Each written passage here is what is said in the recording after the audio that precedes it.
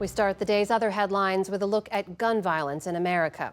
President Biden rolled out new executive actions today aimed at improving active shooter drills in high schools. Officials say the new order will maximize the effectiveness of drills while also making them less traumatic for students. It also establishes a task force to investigate new technologies like machine gun conversion devices and 3D printed guns. Vice President Kamala Harris appeared beside Mr. Biden at the White House today. Before signing the executive order, Biden criticized statements made by former President Trump and Trump's running mate. If you want to talk about reducing crime and violence in America, you need to talk about guns in America. I'm going to be very blunt. Secretary Vance of Ohio has called these shootings facts of life. Who the hell do these people think they are? An Associated Press tally says that as of yesterday, there have been at least 31 mass killings so far this year, the vast majority of them involving guns. The FBI defines a mass killing as one that involves the death of at least 4 people. Oklahoma has executed a man for his role in the 1992 shooting death of a convenience store owner after the state's governor rejected a parole board recommendation to spare his life. Emmanuel Littlejohn received a lethal injection at the Oklahoma State Penitentiary this morning. The 52-year-old had acknowledged his role in the robbery, but had long maintained that he did not kill the store owner, Kenneth Mears.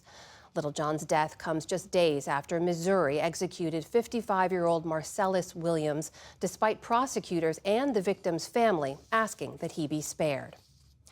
Human rights groups and press freedom advocates have condemned the sentencing of a former news editor to nearly 2 years in jail in Hong Kong for publishing articles deemed, quote, seditious. It's the first time a journalist has been convicted under a colonial-era law since the former British colony was handed back to China in 1997. Chung Poi-kyun ran Stand News before it was shut 3 years ago. A second editor, Patrick Lam, was also sentenced but was allowed to go free on health grounds. After the ruling, a former colleague of the two criticized the decision. Chung Poi-kyun's create a very good platform that all our staff, including me, have a high degree of the freedom of press, and I feel very sorry that both him and Patrick have to bear our privilege, and they have to pay for their freedom. The Stand News case was widely seen as a barometer for the state of press freedom in Hong Kong, a city once known as a rare bright spot for free press in the region. Voting machine maker Smartmatic has reached a settlement in its defamation case against conservative broadcaster Newsmax. The deal came as jury selection began for a trial in Delaware. Smartmatic had argued that Newsmax hosts and guests made false and defamatory claims that the company played a role in stealing the election from Donald Trump. Newsmax said it was simply reporting on allegations being made by Trump and his allies. The terms of the deal have not been disclosed. That comes after Fox News agreed to pay $787 million last year to settle a similar defamation case brought by Dominion Voting Systems. The Postmaster General says the U.S. Postal Service is ready to successfully deliver all 2024 election ballots on time. It comes after a group of election officials raised concerns earlier this month about the service's readiness for ramped-up operations.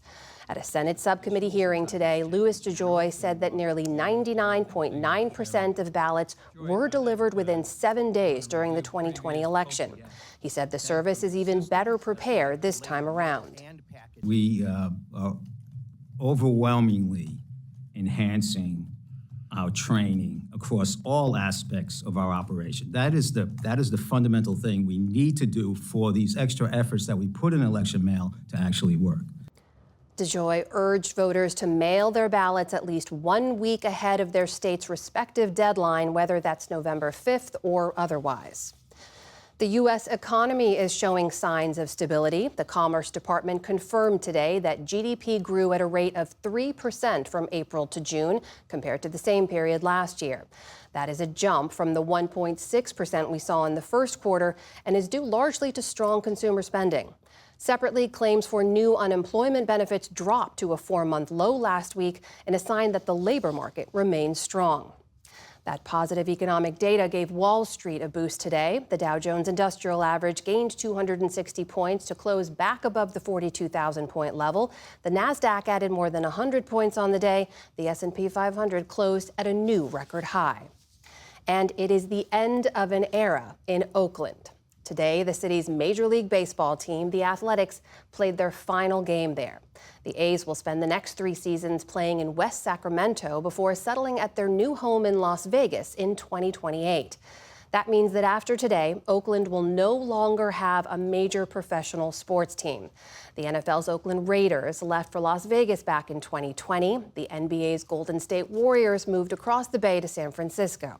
The A's began playing in Oakland in 1968 and leave behind decades of memories.